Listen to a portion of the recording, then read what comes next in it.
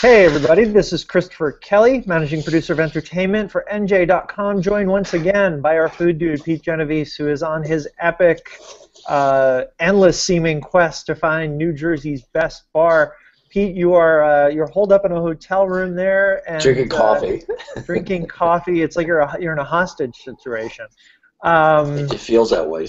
Where you are entering the home stretch Yes. of your visits. We have been visiting 60 semifinals. Where do we stand? We are, I tell you, I've got to sit down and start thinking about those 10 finalists, which are going to be revealed again Friday of next week, and it's going to be tough. I mean, it's going to be tough to separate. We've had so many great experiences, first of all, I mean, in all these bars. The bar owners and patrons really into this, and to separate. Again, we're comparing different kinds of bars. So if we're just picking the 10 best sports bars in New Jersey, it'd be a lot easier. But we're picking bars, comparing dive bars to high-end cocktail bars, and it's going to be difficult. But there's been some separation, but again, narrowing it down to 10 is going to be really hard. What the last week you've been doing sort of 3 bars a day. Mm-hmm. How are you keeping the energy alive? Like this is a trying test. Right here. It's all about the caffeine. Sure. Yeah, no, it's just a long day. We get back to the hotel at night and just I literally think half the nights I've been here I don't remember actually hitting the pillow. It's been sort of that thing like I wake up in the morning like, okay, yeah, I must have fallen asleep at some point. So it's been like that, and then get up in the morning, write the story again, and maybe try to go for a run. Although today was one of my sensible days. I did not go outside. It was pretty just cold. Yeah, it was just windy. But yeah, I think last week I was a little flagging for some reason, energy-wise. Yawning during the day, which I don't do at work or otherwise, and. But this week I seem a little bit, I think maybe because the end is, we see the light at the end of the tunnel, and there are, some more drinks at the end of the tunnel. And sure. Then, So we see the light at the end of the tunnel. How many bars are left? Like 10 or 15? Just 5, 15, 16, I think. We have 5 more nights, Thursday, Friday, Saturday. Visited nearly 45 bars in about 2.5 weeks. Do they blur together?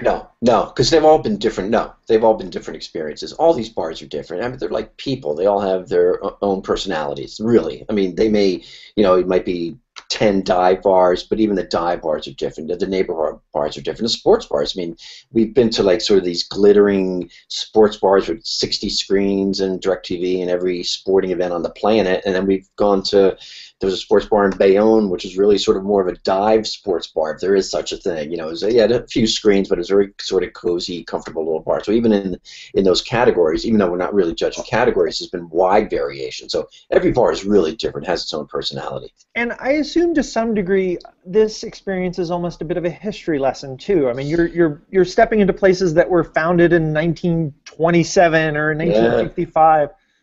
What's that like? Yeah, no, it's great. It's sort of tripping back into New Jersey's. It's not just bar past, but New Jersey's past. I mean, today's post, the famous bar in the Pine Barrens, the Piccalilli in Chemung, which most New Jerseyans have never heard about. Chemung, it's right on 206 in Burlington County, and just it started back in 27 before Prohibition, back when Route 206 didn't even exist. It had a different name, and it was a dirt road. So it really has nothing to do with bars, but it's sort of, and I try to get some of that in the stories. It isn't just a report, on each bar. Here we are, we went here, we drank this. I try to get a little history of the bar and the area in there where it's necessary. So I get a little color of New Jersey, because we're road tripping around New Jersey, bar hopping, but also more importantly road tripping and seeing a lot of the state and all 21 counties. So it's been fun that and I assume to some degree you can really kind of learn about the character of a community by going to one of its most popular bars. That's it. Actually, the bar, I mean, I would say, I was of the mind all these years that the diner, I wrote a book about diners, the diner was sort of the community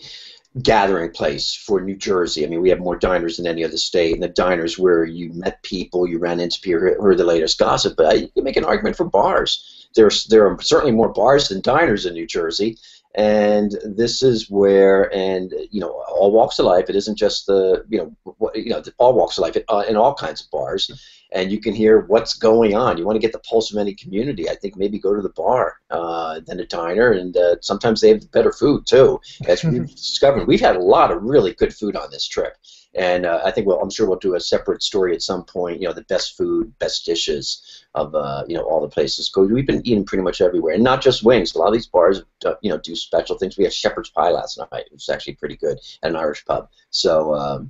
Yeah, the bars are definitely the place to be. Let's hang out, get the latest gossip, meet new friends and old friends, and they're really, they have the image of just a place to get drunk, but they're really not that. Not just in New Jersey, but really anywhere. Take us inside this final stage of the judging. So you have 4 or 5 more days worth of visiting. I assume there are some places in your head that are real standouts at this point. And yes. There, we Saeed, my photographer, our photographer, we've gone a couple days ago. We what are your favorite places? What are my favorite places? And we agreed on a few of them. Like I said, we still have, again, 15, 16 bars, so the field is still open. But there are a couple that I'm fairly confident will make the 10. I'm not going to reveal anything or even where they are, but again, one or two of those surefire ones could fall off depending on what we hit in the next 5 days. So again, without revealing anything, are there any connections among the shore things? Are there things that those places do exceptionally right compared to other places, or a character that they possessed that some of the other semifinalists don't? I would think the one thing that patrons, the regulars, how enthusiastically they talk about this place, how much they kind of sell the place. Mm-hmm. Of course, the owner is going to give us his or her spiel. It's going to be, see how wonderful my place is.